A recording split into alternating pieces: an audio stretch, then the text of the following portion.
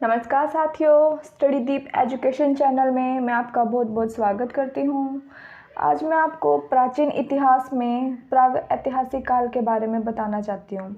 वैसे तो मुझे आपको ना ये जो टॉपिक है ये मेरे को पूरा पाषाण काल के दौरान ही पढ़ा देना चाहिए था, क्योंकि इसमें कुछ पूरा पाषाण काल से रिलेटेड कुछ बातें हैं जो अलेक्जेंडर का निगम थे, जिन्होंने मतलब पुरानी चीज़ों को ना एकत्रित करने का काम किया है। और जो कौन से ऐसे मतलब वो थे, पुरातात्विक थे, जिन्होंने ना वो इतिहास को 3 भागों में बांटा है: प्राग ऐतिहासिक, आदि ऐतिहासिक और ऐतिहासिक काल। परंतु इसको वीडियो को ना मैं मतलब हड़प्पा काल के बाद और प्राग ऐतिहासिक काल के बाद इस वीडियो को डालूँगी, मतलब पढ़ाने के बाद। तो इसके लिए ना मेरा सिर्फ एक ही मोटिव था, क्योंकि इसमें ना जो प्राग ऐतिहासिक काल है ना, इसको ना 3 भागों में डिवाइड किया गया है, ठीक है। और जो ये प्राग ऐतिहासिक, आदि ऐतिहासिक और ऐतिहासिक काल है, तो ये किस रीज़न से मतलब इनको ये मतलब बोले जाते हैं, इनमें बांटा जाता है, तो ये सब चीज़ें उस वीडियो को कराने के बाद इनमें डिफरेंस क्रिएट हो सकता था। इसलिए मैं आपको इस वीडियो को मतलब वैदिक काल कराने के बाद इस वीडियो को मैं प्लेलिस्ट में सेट करके लगाऊंगी, ठीक है।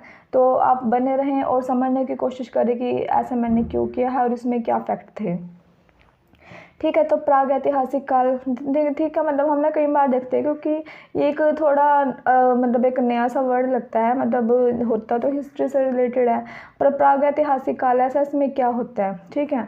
तो प्राचीन भारतीय इतिहासकारों ने इस युग को 3 भागों में बांटा है। पहले क्या है, प्राग ऐतिहासिक यानी प्री हिस्ट्री, आदि ऐतिहासिक प्रोटो हिस्ट्री और ऐतिहासिक काल, ठीक है। तो अब आप इसको अच्छे से समझना, इसमें मैं क्या डिफरेंस क्रिएट करके आपको बताना चाह रही हूँ, ताकि ये चीज़ आपको अच्छे से समझ आए, ठीक है। तो प्रागैतिहासिक काल होता है ना, प्रागैतिहासिक काल वह काल होता है, बस आप ना प्लीज़ ध्यान से सुनना, ठीक है।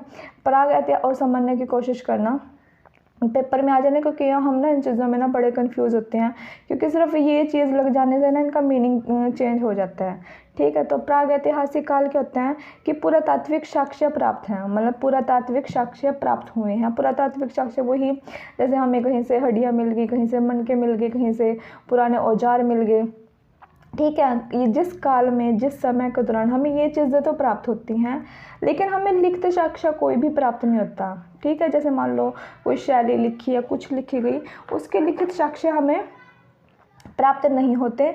बस वहाँ से हमें क्या प्राप्त होता है, औजार, बस्तियाँ, अस्थियाँ आदि, मणके मुनके जो भी हैं वो चीज़ें हमें प्राप्त होती हैं। तो जिस काल के ना हमें सिर्फ ये चीज़ें प्राप्त हों और ना ही उनका कोई लिखित साक्ष्य हो, तो हम उस काल को किस में लिखेंगे, प्रागैतिहासिक काल।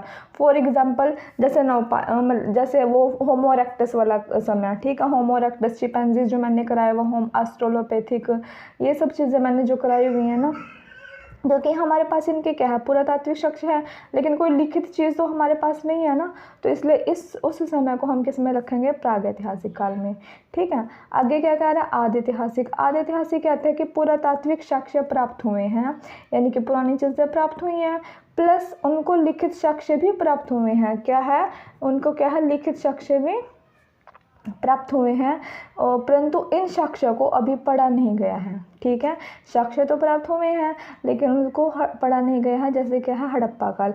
अब इसमें क्या है, जो हमारे पास हड़प्पा काल की सभ्यता थी ना, इसमें हमें क्या है, पुरातात्विक साक्ष्य तो मिले, जैसे कहीं से मणके मिल गए, कहीं से गोदीवाड़ा मिल गया, कहीं से चावल के साक्ष्य मिल गए, कहीं से किसी चीज़ के साक्ष्य मिल गए, ठीक है। और वहाँ पर हमें लिखित साक्ष्य भी मिले हैं। लिखित साक्ष्य कैसे मिले, जैसे हमारे पास मछली के मतलब हड़प्पा काल में सबसे ज़्यादा किसके चित्र मिले हैं, मछली के चित्र मिले हैं, ये यू आकार की है। और सिलखड़ी की जो मोहरें मिली हैं, उन पर भी मतलब हमें कुछ लिखा हुआ तो मिला है ना, किसी चीज़ पर भी हमें लिखा, लेकिन उनको साक्ष्यों को अभी भी पढ़ा नहीं गया, उनको हमने समझ नहीं पाए कि वो क्या चीज़ है। मतलब जिसके ना हमें पुरातात्विक साक्ष्य प्राप्त हों प्लस लिखित साक्ष्य भी प्राप्त हों, परंतु उनको क्या है, पढ़ा नहीं गया, तो हम उसको किस में रखेंगे, आदि इतिहास में, ठीक है। और आगे क्या है, ऐतिहासिक काल। ऐतिहासिक काल क्या होता है कि पुरातात्विक साक्ष्य प्राप्त हैं, लिखित साक्ष्य भी प्राप्त हैं और इन साक्ष्यों को पढ़ा भी गया है, जैसे बौद्धिक महाजनपद काल। ठीक है, तो इसमें ना देखो जो बौद्ध थे मतलब उनके साक्ष्यों को पढ़ा भी तो क्या, जैसे महात्मा बुद्ध जी ने जो भी ग्रंथ लिखे, जिनकी भी रचनाएं की हैं। ठीक है, अब 900 BC में देखो महाभारत भी हो चुका था, महाभारत के भी हमें साक्ष्य मिलते हैं जिनको पढ़ भी लिया गया है, तो हम उसको किस में रखेंगे, ऐतिहासिक काल में। तो ठीक है, आपको ना बस ये चीज़ इसमें समझनी है कि प्राग इतिहास में क्या है, आदि इतिहास में क्या है और ऐतिहासिक इतिहास में क्या है, क्योंकि जब आप इन चीज़ों को समझेंगे तो आपको अच्छे से पता चल जाएगा कि इन सब चीज़ों में क्या दिया गया है। ठीक है, इसलिए इस वीडियो को मेरा एंड में कराने का ही मकसद था, ताकि आपको ये चीज़ें पता चले इनमें क्या डिफरेंस है। ठीक है, अब हम करेंगे प्रागैतिहासिक काल की बात। इसका कहते हैं कि जो प्रागैतिहासिक काल है ना, जब राजा महाराजा नहीं थे, मतलब उसके बारे में बता रहे हैं कि जब राजा महाराजा नहीं थे, प्राचीन काल से पहले का समय था। प्रागैतिहासिक शब्द का सबसे पहले 1833 में किसने प्रयोग किया है, एम टूर्नल के द्वारा। किसके द्वारा, एम टूर्नल के द्वारा इस्तेमाल किया गया है। ध्यान रखना है क्या चीज़ कह रहे हैं कि जब राजा महाराजा नहीं थे।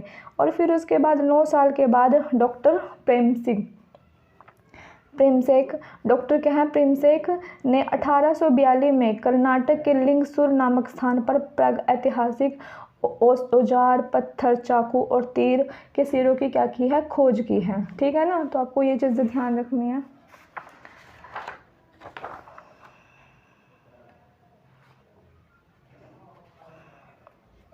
ठीक है, आगे हमारे पास क्या है, देखो जैसे भीमबेटका की गुफाओं के बारे में बात कर रहे हैं। ठीक है, भीमबेटका की गुफाएं जो मध्य प्रदेश में नर्मदा घाटी से हैं, रायसेन जिले में है। जो यहाँ से 100 से अधिक चित्रकारी मिली है, जो यहाँ से ना क्या मिली है, 100 से अधिक चित्रकारी मिली है, तथा इन चित्रों में हरे व गहरे लाल रंग का प्रयोग किया गया है। ठीक है ना, देखो हरे व गहरे लाल रंग का प्रयोग है ना, क्योंकि मैंने जब आपको बताया था निम्न उच्चपुरा पाषाण काल में भीमबेटका गुफाओं से हमें लाल और गहरे रंग के साक्ष्य मिले हैं, जिसको मैंने बताया था कि झंडे को ध्यान रख के केसरी सफ़ेद हरा करके आपको ये चीज़ें याद आ जाएंगी। तो उसी चीज़ के बारे में बात करें। अब इसमें ना एक फैक्ट क्या दिया जाता है, इसमें ये दिया जाता है कि यदि वो पूछे कि एग्जामिनर यदि ये पूछे कि 3 काल की चित्रकारी, मतलब तीनों कालों की चित्रकारी हमें कहाँ से मिली है, जैसे पूरा पाषाण काल, मध्य पाषाण काल और नव पाषाण काल, यदि वो ये पूछे ना कि इन तीनों की चित्रकारी कहाँ से मिली है, ठीक है, तो आपको क्या बताना है कि मध्य प्रदेश के नर्मदा घाटी से मिली है। और यदि वो ये पूछे कि तीनों काल के औजार कहाँ से मिले हैं, तो आपको बताना है मिर्ज़ापुर उत्तर प्रदेश से मिले हैं। देखो ध्यान रखना, चित्रकारी बात कर रहा है और औजार की बात कर रहा है। ठीक है, तीनों कालों के औजार कहाँ से मिलेंगे, मिर्ज़ापुर उत्तर प्रदेश से। देखो इसको हम कैसे याद करेंगे, चित्रकारी तो आपको ध्यान रहेगी। ठीक है, औजार है, ठीक है, ये अ है और छोटा ऊ है, मतलब ये दोनों चीज़ें कोरिलेट करके चलना, जैसे छोटा से नार, बड़ा से आम, छोटी से इमली, बड़ी से, मतलब उसी लाइन में ये चीज़ है ना, तो आपको माइंड में क्लिक कर देगी। यदि औजार कह रहा है तो हमें कहाँ से मिल रहा है, उत्तर प्रदेश के मिर्ज़ापुर से। उत्तर प्रदेश के मिर्ज़ापुर, देखो वो मिर्ज़ापुर भी दे सकता है या फिर उत्तर प्रदेश वालों के, इन दोनों में से एक चीज़ देगा, इन इकट्ठी भी दे सकता है। तो आपको मतलब अपनी मेंटल एबिलिटी का प्रयोग करके पता लगाना होगा किस चीज़ के बारे में क्या पूछ रहे हैं। ठीक है, और देखो यूनेस्को ने क्या किया है कि इनको ना विश्व धरोहर में शामिल किया है। यूनेस्को ने क्या किया है, विश्व धरोहर में शामिल किया है। यूनेस्को कहते हैं कि इंटरनेशनल लेवल पे होती है ये, जो मतलब जो विशेष चीज़ें, जैसे कि कोई मंदिर है, पूरे वर्ल्ड वाइड कोई चीज़ फेमस है, उसको अपने उसमें शामिल कर लेती है। मतलब जो भी पुरातात्विक स्थल कहते हैं ना, जो मतलब कि जो अच्छी चीज़ें प्राचीन काल की, उनको ये यूनेस्को क्या करती है, विश्व धरोहर में क्या कर लेती है, शामिल कर लेती है। तो इन चीज़ों को भी क्या किया गया है, चित्रकारी को, औजारों को यूनेस्को ने विश्व धरोहर में शामिल किया है, आपको ध्यान रखना है। और मैंने आपको एक चीज़ और पहले कराई थी कि ना मध्य पाषाण काल से लेके ना पूरा पाषाण काल और तांबे संस्कृति, जोरवे संस्कृति, गणेश्वर संस्कृति और हड़प्पा काल तक की संस्कृति के जहाँ से हमें मतलब इन सभी के काल मिलते हैं, वो कौन सा स्थल है, मतलब स्थान है, तो आपको बताना है मेहरगढ़। कौन सा है, मेहरगढ़, जहाँ से हमें पूरा पाषाण काल से लेके हड़प्पा काल तक के स्थल प्राप्त हुए हैं, तो वो कौन सा स्थान है, मेहरगढ़, ध्यान रखना। ठीक है, आगे हमें क्या कह रहे हैं, भैंसे के साक्ष्य मेहरगढ़ बलूचिस्तान से मिले हैं। ठीक है, भैंसे के साक्ष्य क्या मिले हैं, मेहरगढ़ बलूचिस्तान से मिले हैं। ठीक है, देखो मतलब मैं आपको फिर दोबारा कहना चाह रही हूँ कि जो ये पूरा पाषाण काल, ताम्र पाषाण काल, मालवा संस्कृति, जोड़वे संस्कृति और वैदिक सभ्यता, हड़प्पा सभ्यता वर्ल्ड वाइड थी, मतलब पूरे वर्ल्ड में फैली हुई थी। कहीं से हमें किसी चीज़ के साक्ष्य मिले हैं, कहीं से हमें किसी चीज़ के साक्ष्य मिले हैं। ठीक है, तो कई बार आपको साक्ष्य इंडिया में मिल जाएंगे, कई बार आउट ऑफ इंडिया मिलेंगे, तो आपको ध्यान रखना पड़ेगा, क्योंकि जब प्राचीन काल था तो उसमें ये तो था नहीं कि भारत है, पाकिस्तान है, या अमेरिका या ऑस्ट्रेलिया वट। ठीक है, पहले तो सब एक ही जैसा था ना, ये तो मतलब जैसे जैसे समय आगे बढ़ता चला गया तो ये आपस में बढ़ते चले गए। ठीक है ना, बाकी ये वर्ल्ड हिस्ट्री में पता चल जाएगा कब कौन सा देश बना, कैसे बटा, ये वो। ठीक है, अब देखो एक पुरातात्विक था जिसका नाम क्या था, थॉमसन। क्या था, थॉमसन नाम का एक व्यक्ति था जो वस्तुओं के आधार पर, देखो ध्यान रखना क्या कह रहा है, जो वस्तुओं के आधार पर प्राग ऐतिहासिक काल को 3 भागों में बांटता है। देखो ये वस्तुओं के आधार पर बांट रहा है। और थॉमसन कहाँ का था, डेनमार्क का। कहाँ का था, डेनमार्क का रहने वाला था। प्रागैतिहासिक काल क्या होता है, इसका वर्णन हम आगे करेंगे। जो प्रागैतिहासिक काल है ना, ये क्या होता है, इसका वर्णन मैंने कर ही दिया है, ये लिखने में मिस्टेक हो गया। ठीक है, इसका वर्णन हम आगे करेंगे। ठीक है, इसने क्या किया है कि जैसे उसने तो क्या किया था, पाषाण काल, मध्य पाषाण काल, नव पाषाण काल, इसने क्या कहा है कि पाषाण काल को बांटा है। ठीक है, फिर कांस्य काल को बांटा और लोहा काल का। देखो कांस्य काल हमारे पास कब आया था, हड़प्पा संस्कृति आई थी ना, जब मैंने कहा था हड़प्पा सभ्यता कैसी है, कांस्य युगीन सभ्यता है। और लोहा काल कौन सा होता है, वैदिक काल। ठीक है, तो थॉमसन ने क्या कर दिया, उस चीज़ को इसमें कर दिया, और जो पाषाण काल है ना, इसको आगे बांट दिया, पूरा पाषाण काल, मध्य पाषाण काल और नव पाषाण काल। ठीक है, तो आपको ध्यान रखना है कि जो थॉमसन है, डेनमार्क का रहने वाला है, उसने इस चीज़ों को कैसे बांटा है। ठीक है,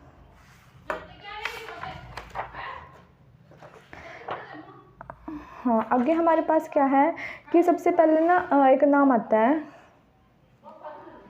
ठीक है, जो कहते हैं कि रॉबर्ट ब्रूसफोर्ट नाम का एक अन्य व्यक्ति था। ठीक है, रॉबर्ट ब्रूसफोर्ट नाम का एक अन्य व्यक्ति था। सर्वप्रथम 1863 में पलवल नामक स्थान पर तमिलनाडु में है जहाँ से उपकरण मिले हैं। कहते हैं कि 1863 में रॉबर्ट ब्रूसफोर्ट है, इसने पलवल नामक स्थान से तमिलनाडु में है, वहाँ से उपकरण मिले हैं। ठीक है, आगे कौन आएगा, रॉबर्ट ब्रूसफोर्ट। जो रॉबर्ट ब्रूसफोर्ट के बारे में बता रहे हैं, ये क्या जियोलॉजिकल सर्वे इंडिया का एक संस्था थी, जियोलॉजिकल सर्वे ऑफ इंडिया एक संस्था थी, उससे संबंध रखता था। और यह मूलतः भूगर्भ विज्ञानी था, यानी कि जो भूमि में चीज़ें मिलती हैं ना, भूमि के नीचे जो हमें स्थल मिले, जो चीज़ें बर्तन बन के, उनके ऊपर ये वैज्ञानिक था, उनकी खोज करता था, उनके बारे में निष्कर्ष निकालता था, ये चीज़ कहाँ से मिली, कैसे मिली, कितनी पुरानी है। तो ये क्या है, भूगर्भ वैज्ञानिक था और एक पुरातात्विक भी था, एक भूगर्भ वैज्ञानिक भी था और पुरातात्विक भी था। पुरातात्विक जो चीज़ों की खोज करने वाला होता है ना, उसको बोलते हैं। इनको भारत का प्रागैतिहासिक खोज का क्या कहा जाता है, जनक भी कहा जाता है। क्या कहा जाता है, जनक भी कहा जाता है, इसको जनक कहा जाता है। ठीक है, और एक हमारे क्या अलेक्जेंडर कनिंघम। अलेक्जेंडर कनिंघम ने क्या किया है कि यह एक भारतीय पुरातात्विक विभाग बनाया। इन्होंने क्या किया, एक भारतीय पुरातात्विक विभाग बनाया 1861 में, और खोज की गई सभी वस्तुओं की, और उस विभाग में सुरक्षित रखा गया। और उस समय लॉर्ड कैनिंग का समय था। इस विभाग में औजार, हड्डियाँ, आभूषण आदि को सुरक्षित रखा गया। ठीक है, देखो इसने कब किया है, अलेक्जेंडर कनिंघम ने 1861 में।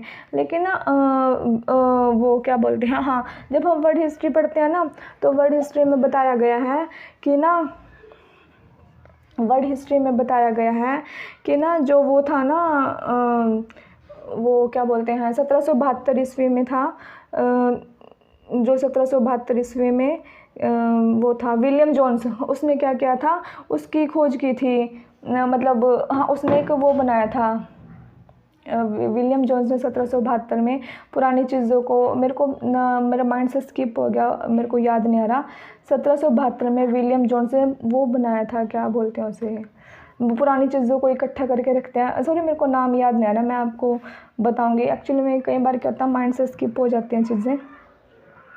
ठीक है, ईसा मसीह के समय के पहले और बाद के समय में क्या डिफरेंस है, में कैसे बांटा गया है, इसका वर्णन इस प्रकार है, इसका वर्णन इस प्रकार है। ठीक है, इसमें क्या है कि जैसे ना अब हम क्या करते हैं, देखो यहाँ से देखो इसमें क्या दिया गया है, बिफोर क्राइस्ट, ईसा पूर्व, क्या है, बिफोर क्राइस्ट, ईसा पूर्व के बारे में बताया गया है कि बिफोर क्राइस्ट, ईसा पूर्व, ईसा मसीह से पहले के समय को हम बीसी में कन्वर्ट करते हैं, ठीक है।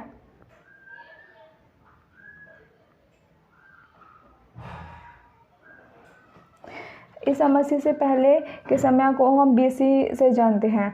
बीसीई क्या है, देखो बिफोर क्राइस्ट, जैसे हम ये निकालते हैं ना बीसी, फिर हमारे पास आ गया बीसीए, बिफोर कॉमन एरा, इसे क्या बोलते हैं, सामान्य युग, क्या बोलते हैं, सामान्य युग, ठीक है। और वैसे हम इस चीज़ का यूज़ नहीं करते। और देखो हम एडी का प्रयोग करते हैं ना, एडी, एनो डोमेनियस, यह समय अपने गुरु का समय माना जाता है, क्या माना जाता है, अपने गुरु का समय माना जाता है, इसके बाद के क्रम में बांटा जाता है, ठीक है। हम क्या समझते हैं, एडी से आफ्टर डेथ समझते हैं, लेकिन आफ्टर डेथ नहीं है, एनो डोमेनियस है, ये समय अपने गुरु के समय के बाद का समय माना जाता है, ठीक है। फिर कहते हैं कॉमन एरा, सामान्य युग, इसके बाद के समय को बांटा जाता है। सामान्य युग में क्या है, इसके बाद के समय को बांटा जाता है। कीरा लगभग माना जाता है बिफोर प्रेजेंट को, कीरा किसको माना जाता है, बिफोर प्रेजेंट को कहते हैं ना, जैसे बिफोर प्रेजेंट भी होता है हमारे पास। लेकिन हम क्या करते हैं, लेकिन हम ज़्यादातर क्या चीज़ करते हैं कि ना लेकिन हम ज़्यादातर ना बीसी और एडी का ही प्रयोग करते हैं। किसका प्रयोग करते हैं, बीसी और एडी का ही प्रयोग करते हैं ज़्यादातर, ठीक है। तो इसमें क्या होता है कि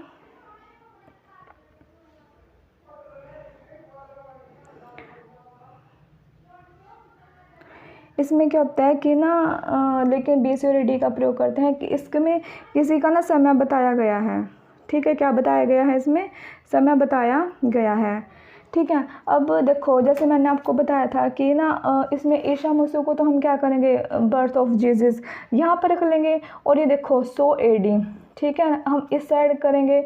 और इसमें मैंने एडी लिखा हुआ है, जैसे 100, 200, 300, 400, 500, ठीक है। और बिफोर क्राइस्ट में क्या होता है कि ना जैसे मान लो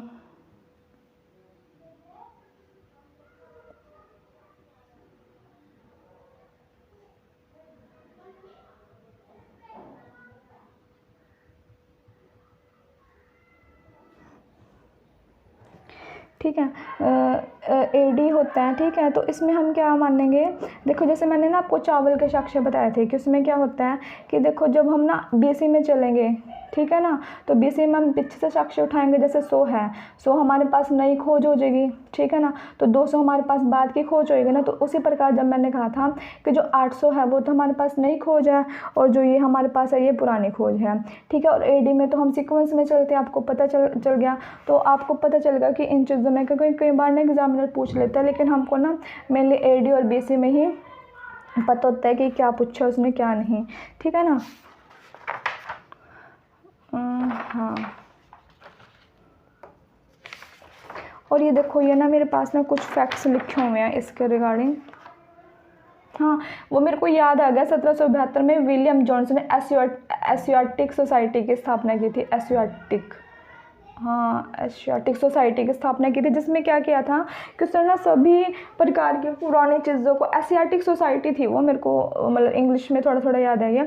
उसमें क्या किया था कि उसने ना सारी चीज़ों को, जो पुरानी चीज़ें हैं ना, ग्रंथ जो हैं हमारे, पुरानी चीज़ें, जो औजार, उपकरण, हथियार, सिक्के, मुद्राएं वगैरह, सबको ना इकट्ठा करने का कार्य किया था उसने। विलियम जोन्स ने 1772 में एशियाटिक सोसाइटी की स्थापना करी थी, ठीक है। मेरे को याद आएगा, उस टाइम मेरे को याद नहीं आ रहा था ये। प्राचीन भारत में सबसे पहले सुनियोजित करने का इतिहास वेसेंट स्मिथ को जाता है, ठीक है। जो वेसेंट स्मिथ है ना, जैसे बोलते हैं कि प्राचीन इतिहास को, ठीक है, 1843 से 1920 तक है, ठीक है। इसको ना इसने क्या किया, 1843 से लेकर 1920 तक का वो क्या है इसमें कवर किया है। लेकिन ये थोड़ा गलत है, मेरे को ये समझ नहीं आ रहा कि मैंने लाइन कैसे लिख दिया, मैं इसको बाद में कहूँगी। प्रागैतिहासिक कुल्हाड़ियाँ कहाँ से मिली, अतरंग पक्का से प्राप्त हुई हैं, भीलवाड़ा जिले में, कोठारी नदी के तट पर सबसे बड़ा क्या मध्य पाषाण स्थल मिला है, और उच्च पाषाण काल को पाषाण ब्लेड भी कहा जाता है। सबसे पहले मनुष्य तांबा धातु का प्रयोग करता था।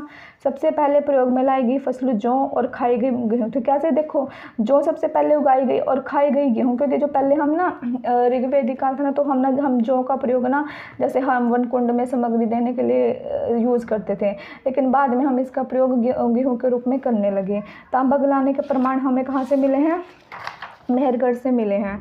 ठीक है, तो फ्रेंड्स ये चीज़ देखना, ये थोड़ा मेरा पीछे रह गया था कवर, वैदिक काल का टॉपिक है ये, मैं सोच रही हूँ इसे मैं करा दूँ, फिर नई वीडियो में अलग अलग अच्छा नहीं लगता ना बनाना। तो ये देखो महाकाव्य, ये ना वैदिक काल का है बच्चे, ठीक है ध्यान रखना, वैदिक काल का टॉपिक है ये थोड़ा सा, क्योंकि इसको मैं वैदिक काल के बाद ही डालूंगी इस वीडियो को। महाकाव्य, भारत का आदि महाकाव्य सबसे पुराना है। रचयिता कौन है, महर्षि वाल्मीकि हैं, ठीक है, और रचना काल कितना है, 420 ही है। इसमें ना कुल 7 खंड है, ठीक है, क्या है, 7 खंड है, इसे महाकाव्य बोला जाता है, ठीक है। और इसमें क्या है, 7 खंड है। बाल्यखंड में क्या है, श्री रामचंद्र जी का बचपन। अयोध्या कांड में क्या है, शिक्षा दीक्षा मानता जानकी से विवाह और कैकेयी द्वारा राम का वनवास। अरण्यक कांड में क्या है, श्री राम लक्ष्मण व माता सीता का वनवास। सीता हरण। किष्किंधा कांड में क्या है, हनुमान जी से मुलाकात, सुग्रीव से भेंट। सुंदर कांड में क्या है, हनुमान जी के साथ मिलकर लंका की ओर प्रस्थान। विभीषण से राम जी की मुलाकात, ठीक है। और लंका कांड में क्या है, युद्ध कांड, रामचंद्र जी को रावण युद्ध, सीता मिलन, ठीक है। और उत्तरकांड में क्या है, राम जी का अभिषेक, लव कुश का जन्म, अग्नि परीक्षा, माता की सीता को जमीन में समा जाना, और राम जी का जल समाधि लेना, ठीक है। इस प्रक्रिया में क्या है, प्रथम चरण में 600 पद है, और द्वितीय में 1200 हैं, और तृतीय में 2400 हैं। और रामायण का ना तमिल में अनुवाद किसने किया है, कंबन ने। तमिल में किसने किया है, कंबन ने। और बांग्ला भाषा में रामायण का किसने किया है, कृतिवास ने। और भगवद गीता का अनुवाद किसने किया, मालधर वसु ने। इसमें ना ये कुछ फैक्ट्स थे, ठीक है। आगे हमारे पास आ गया महाभारत। तो महाभारत को क्या बोला जाता है, सबसे बड़ा महाकाव्य। विश्व का सबसे बड़ा महाकाव्य कौन सा है, महाभारत है। और इसको हमने क्या बोला है, हाँ आदि महाकाव्य। देखो रामायण हमारे पास क्या है, आदि महाकाव्य, और जो महाभारत है हमारे पास है महाकाव्य। इसको गणेश जी ने लिखा है। इसके संकलनकर्ता कौन है, वेद व्यास है, ये माना जाता है। इसमें कितने 18 पर्व हैं, इसमें कितने थे, 7 पर्व थे, इसमें कितने 18 हैं। महाभारत के युद्ध में 18 दिन चला। महाभारत की रचना भी उच्चारण में पूरी हुई है, मतलब कि 3 चरणों में पूरी हुई है। प्रथम चरण में इतने हैं, इसको जय संहिता भी कहा जाता है, ठीक है। जब इसमें इतने पद थे तब इसको जय संहिता बोला गया। जब द्वितीय चरण आया, इसमें इतने पद इंक्लूड हो गए, तब इसको भारत कहा गया, ठीक है। और जब तृतीय चरण आया, जब इसमें इतने पद हुए, तो इसको क्या कहा गया, महाभारत कहा गया। इसमें कुल 18 थे। 6 वर्ष भीष्म पर्व, मतलब कि भीष्म पर्व में 6 हैं। और भगवती गीता का उल्लेख मिलता है। भगवत गीता में ही अवतारवाद की चर्चा है। अवतारवाद की चर्चा है ना, जैसे मत्स्य पुराण, कूर्मावतार, ये सब चीज़ें ऐसी हैं शायद इसमें। और तमिल भाषा में महाभारत का अनुवाद किसने किया है, पुरंदर नेयर ने, ये ना आपको ध्यान रख। और बांग्ला भाषा में इसका अनुवाद किसने किया है, काशीराम पंडित ने, ठीक है। तो इस वीडियो में इतना ही। उम्मीद है आपको मेरे द्वारा दी गई इन्फॉर्मेशन पसंद आई होगी। यदि इसमें फिर भी कोई गलती होगी तो मुझे माफ़ करना, और मेरे वीडियो को लाइक करना, शेयर करना, सब्सक्राइब करना। Thank you so much. Have a nice day.